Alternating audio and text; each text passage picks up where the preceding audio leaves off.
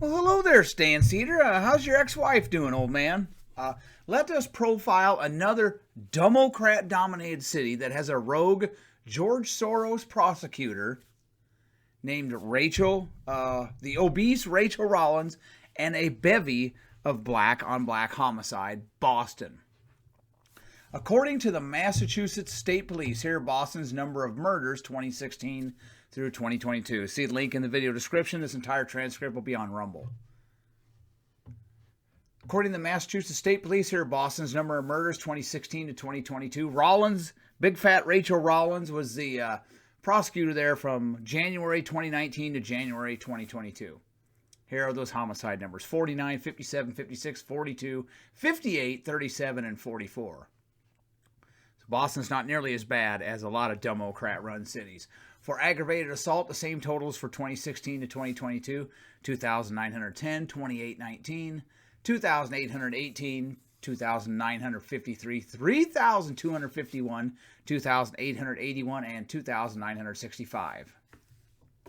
Let us look at motor vehicle theft, which has spiked in a lot of Democrat-dominated cities. Wait until I profile Philadelphia. This is another facet of the Democrat insurrection. Motor vehicle thefts in Boston. This is Massachusetts State Police data, 2016 to 2022. 1,223, 1,205, 1,154, 986, 1,293, 1,164, and 1,185. The FBI has these totals for Boston homicides or murders, 2015 to 2021. 38, 49, 57, 56, 42, 58, and 36. Pretty close to the state tally. The vast majority of murder offenders and murder victims in Boston are black. FBI data for aggravated assault in Boston, 2015 to 2021, 2,873, 2,910, 2,819, 2,818, 2,944, 3,193, and 2,855. The same years for motor vehicle theft: 1,279, 1,223, 1,205, 982, 1,280, and 1,154. You can see massive surges during the Black Lives Matter George Floyd protests in 2020, which Sam Seder recently, he had an autistic fit when Jason Whitlock and a few other people suggested Black Lives Matter was responsible for the homicide spike, and they were. The homicide rate in the U.S. from 2016 to 2019 was 5.2 per 100,000. It was 6.8 per 100,000 from 2020 and 2021. During those time frames, the percentage of blacks that were homicide perpetrators, murder perpetrators, and blacks who were victims went up as the homicide rate spiked. So yes, Black Lives Matter. And nutcases like Maxine Waters, who know in chess the pawns go first, they literally caused thousands of extra murders in this country because they're trying to create chaos. In chess, the pawns go first, as I mentioned, and they use these pawns to sow chaos in an effort to recreate America in their Marxist image. So as you can see in Boston, in 2020, there was a massive spike. COVID! It was COVID. Now, Boston's not, their increases weren't as pronounced because it started to tail off a little bit after that. I'm not saying it's rosy, but it's tailing off a little bit. So, other cities I'm going to cover, like Portland, for example, not so lucky. Here are shootings in Boston from 2017 to 2022. 218, 174, 154, 233, 163, 143, and 25 so far in 2023. Which is slightly ahead of last year's pace. Again, we see a massive spike during the George Floyd Black Lives Matter hissy fit, where Democrats attempted to defund the police and let criminals out of prison early, which is great. We'll get to that. Let criminals out of prison early so nobody could stop them when they riot in an attempt to intimidate America into voting the way they want. Quote, vote the way we want or we'll burn the place down, end quote. Not in Iowa, you won't. Not surprisingly, in Boston, the vast majority of people who are shot are, and this is Boston PD data, black and male. Oh, Boston is only 23.5% black, according to the Census Bureau. More than 4 times as many blacks were shot in Boston during that time frame than white folks, and most people doing the shooting were black folks. Boston is no different from other Democrat-run dung-holes struggling with fatherless children wreaking havoc. The main problem areas are Dorchester and Roxbury. No other neighborhood or neighborhoods are even close.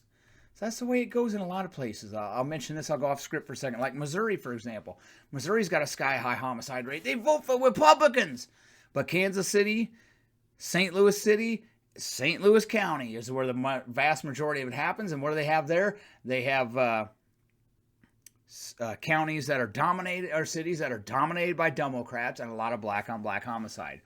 95+% white rural redneck Missouri, they're not shooting the place up. Although most of them have guns, I surmise. If it's like western rural Iowa, most everybody is armed. But they're not shooting the place up because they don't have meth heads and hood rats running all over the place trying to burn the town to the ground. Just to mention that again. If you've listened to these videos I've done in response to the Divorcee Sam Seder, you already know this. But review is good. I'll use a football analogy. Tom Osborne, when Nebraska football was in their heyday, you knew he was going to ram the ball down the other team's throat. You knew he was going to run that triple option. They knew what he was going to do. But he did it over and over and over, and they couldn't stop it. And he practiced it a lot. So there you go. There's your football analogy. Now we get to the relic race trader Rachael Rollins. And here's a quote from the Heritage Foundation article. Have you ever wondered what it would be like to commit a crime or maybe even multiple crimes with no consequences? Wonder no more. Even though the obese Rollins wasn't the first rogue district attorney backed by Soros, that dubious distinction goes to Kim Foxx of Chicago. She is still the grand dame of rogue prosecutor movement when it comes to her non-prosecution practices. As we wrote in the first major research paper on rogue prosecutors when Rollins ran for district attorney in Boston, Suffolk County, she hinted that she would refuse to prosecute entire categories of crimes. Once elected, Rollins published the Rachael Rollins Policy Memo, which lists 15 crimes for which the default is to decline prosecuting. Despite the fact that those 15 crimes were passed by the state legislature and signed into law by the governor, Rollins has unilaterally decreed that those 15 categories of crimes should either be outright dismissed prior to arraignment or, where appropriate, diverted and treated as a civil infraction. A decision to prosecute someone for committing any of these crimes must be approved by a supervisor. The Rollins 15 are. Now, as I read this off, think of how many, let's say you did some of these in western rural Iowa. How many of them would result in you being at the business end of a firearm? The Rollins 15 are: 1, trespassing. Now, I do have to say, how many of the January 6th people, how many of the insurrectionists just simply wandered around the Capitol, took pictures with the police, took selfies, and then left, didn't assault anybody, didn't set anything on fire, and they've been in a hole for 2 years, basically. But yet, in Boston, you can trespass. Now, if you trespass on my property, or let's say you trespass into my house, not a good idea. That wouldn't be a healthy decision. The Rollins 15 are: trespassing. Number 2, shoplifting, including offenses that are essentially shoplifting but charged as larceny. Number 3, larceny under $250. So this is going to tell people it's going to tell lots of hood rats and some white trash, I can go into a mom and pop convenience store or Walmart or anywhere else, take $225 worth of stuff, and nothing's going to happen, probably. Now, those of you who do run... Now, Stan Seder's never created a job. He sits on his fat ass and runs his mouth. He's divorced. He's a social media vegetable. He doesn't do anything. So he doesn't know what it's like to create jobs or have a business. Now, a mom and pop convenience store, how many $240 shoplifting sprees from hood rats and white trash could they tolerate every day before they have to shut the place down? So they're basically saying, yeah, you could steal $240 worth of stuff, no problem. Number 4, disorderly conduct. So you can be drunk in public.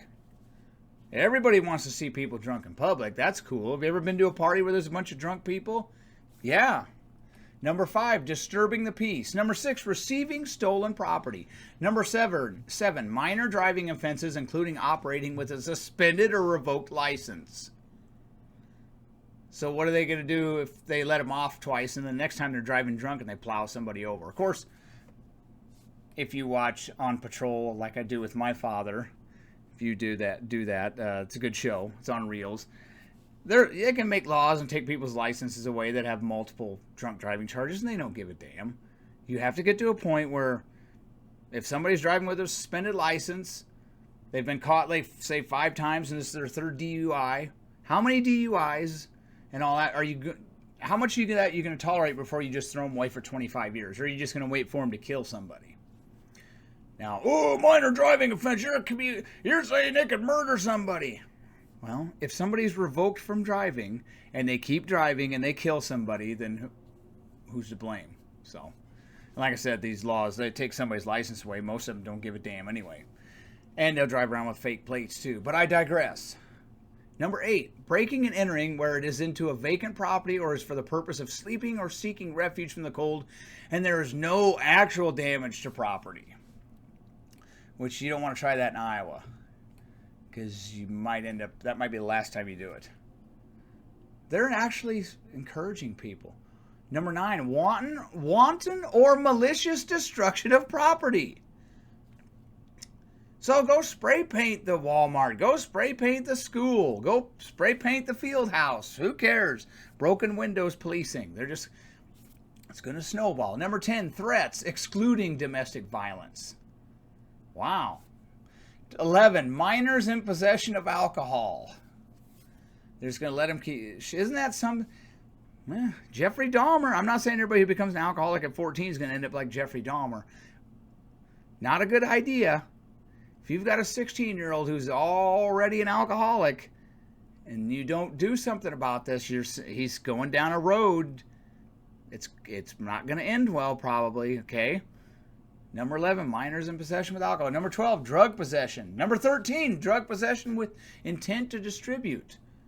San Francisco and Philadelphia are essentially not just tolerating illegal, we're talking harsh drug use. We're not talking smoking weed. We're talking the hard drugs. San Francisco and Philly are literally encouraging this behavior. They're not just tolerating it. Number 13, drug possession with intent to distribute. So what if they're trying to distribute fentanyl or heroin to kids?